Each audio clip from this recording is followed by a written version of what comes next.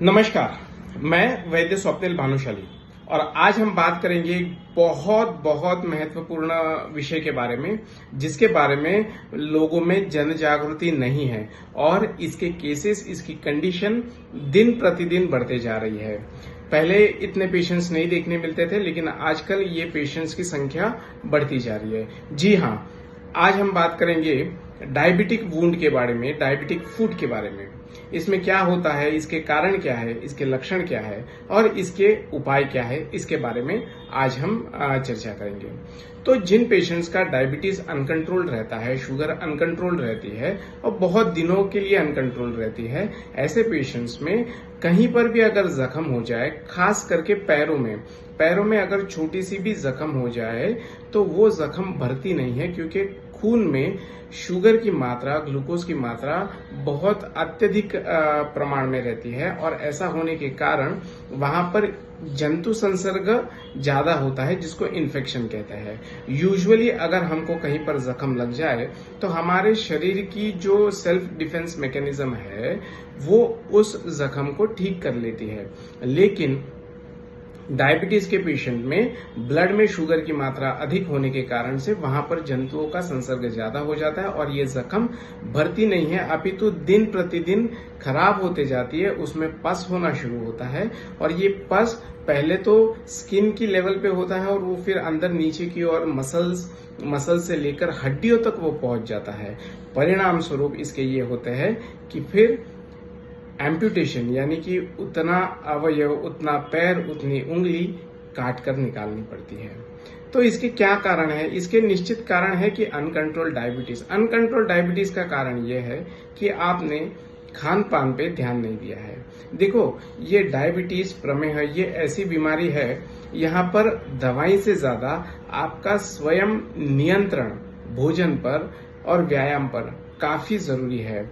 बहुत से लोग, बहुत से पेशेंट्स बताते हैं कि हम ये किसी समुदाय विषय के लिए टिप्पणी नहीं है, लेकिन यूजुअली लोग कहते हैं कि हम साउथ इंडियन हैं, हम तो राइस ही खाते हैं, हम कोंकणी हैं, हम कोकण से हैं, हम राइस ही खाते हैं।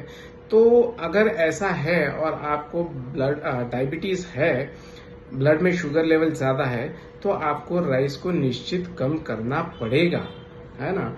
तो व्यायाम करना पड़ेगा। आप केवल ऐसा नहीं होगा कि दवा ले ली और आपने शुगर को कंट्रोल करने की पूरी जिम्मेदारी उस शुगर पर दे दी। कुछ जिम्मेदारी हमारी भी होती है।